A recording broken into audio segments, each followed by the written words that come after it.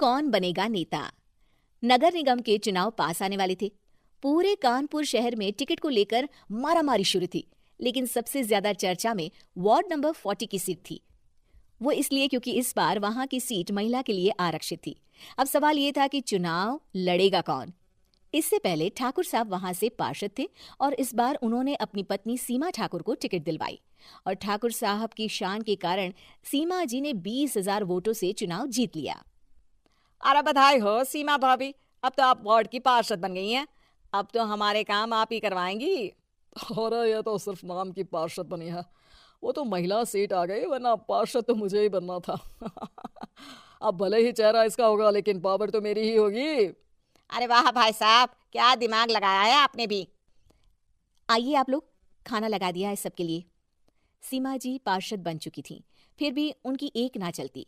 सारे काम ठाकुर साहब खुद ही संभाल लेते और जहां जरूरत पड़ती वहां सीमा जी का अंगूठा लगवा लेते। सीमा जी ज्यादा पढ़ी लिखी भी नहीं थी। एक दिन ठाकुर साहब और सीमा एक प्रोग्राम में जाते हैं। अरे ठाकुर साहब, आप आ गए। ओहो, पार्षद मैडम भी आ गई हैं। स्वागत है आप दोनों का। लगता है हमारे पार्षद फंड का सही इस्तेमाल हो रहा है। चलिए अब उद्घाटन करते हैं। ये लीजिए ठाकुर साहब कैची, आप ही सबसे पहले प्रवेश कीजिए। सब लोग आगे निकल जाते हैं और सीमा जी पार्षद होने के बावजूद भी पीछे खड़ी रह जाती हैं। वो देखती हैं कि वेलकम बोर्ड पर उनका नाम है, लेकिन महिला होने के कारण कोई उनका सम्मान नहीं कर रहा। अगले दिन एक आदमी उनके घर आता है। अरे ठाकुर साहब नमस्कार। कल ना हम नोटिस किए कि हमारा घर तो अवैध है और नगर निगम वाले उसे तोड़ने आ रहे हैं।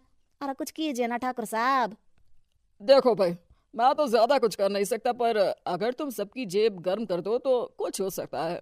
कुल मिलाकर 4 लाख लगेंगे। अरे 4 लाख ठाकुर साहब? अरे भाई, मैं अपने लिए नहीं मांग रहा हूँ। दरोगा है, इंजीनियर बाबू है, बड़े साहब है, सबको देना पड़ता है ना थोड़ा थोड़ा। बोलो है मंजूर? तभी वहां अचानक सीमा जी आ जाती हैं। अरे ये आप क्या कर रहे हैं? पहले इन्हीं लोगों से तो आपने वोट मांगे, अब इनसे ही पैसे ले रहे हो। अरे चुप रहो तुम, तुम्हारा काम है सिर्फ अंगूठा लगाना, तुम वही क्या करो। मुझे दूसरे काम तुम मत सिखाओ, समझी?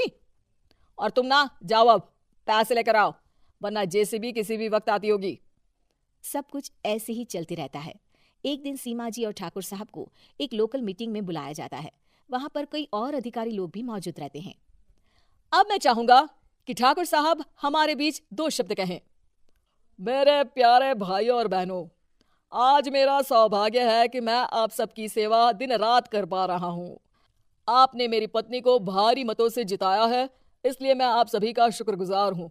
मैं आप सबसे वादा करता हूं कि हमेशा की तरह हमारे वार्ड में किसी को कोई तकलीफ नहीं आने दूंगा। सभी लोग तालियां बजाने लगते हैं। अब मैं माननीय पार्षद मैडम को स्टेज पे बुलाना चाहूंगा। अपने नाम को बुलाया सुनकर सीमा जी एकदम चौंक जाती है। उन्हें बिल्कुल उम्मीद नहीं थी कि इतनी बड़ी जगह उन्हें मंच पर बुलाया जाएगा। जैसे तैसे वो मंच पर चढ़ती हैं। ऊपर जाती ही सीमा जी को सारी पुरानी बातें याद आ जाती हैं कि किस तरह उनके पति उन्हें कभी भी आगे बढ़ने नहीं देते और उनके नाम से गलत काम करते हैं। वो बोलने लगती हैं, मैं आपके वार्ड की पार्षद सीमा हूँ। आप में से बहुत कम लोग ही मुझे जानते होंगे, क्योंकि इससे पहले मुझे कभी ऐसा मौका ही नहीं मिला। सारे मौके मेरे पार्षद पति यानी आपके ठाकुर साहब ही लेते रहे, लेकिन आज ये मौका मुझे मिला है तो मैं इसे ऐसे ही नहीं जाने दूंगी। मैं आपको ये बताना चाहती हूँ कि आपके ठाकुर साहब मेरे नाम की आड़ में गैर कानूनी काम करते हैं, जिस पर अंगूठों के निशान मेरे होते थे। इसीलिए मैं अपनी गलती मानती हूँ और आज अपने पद से इस्तीफा देती हूँ, ताकि आगे से कोई गलत काम ना हो पाए। अब फैसला आप सबके हाथ में है कि आप हमें क्या सजा देना चाहते हैं। सीमा जी की बातें सुनकर ठाकुर साहब के चेहरे का रंग उड़ जाता है और वो शर्म से मुंह नीचा करके वहां से चले जाते हैं और पद से इस्तीफा देकर ही सही सीमा जी अपने आप में आत्मविश्वास महसूस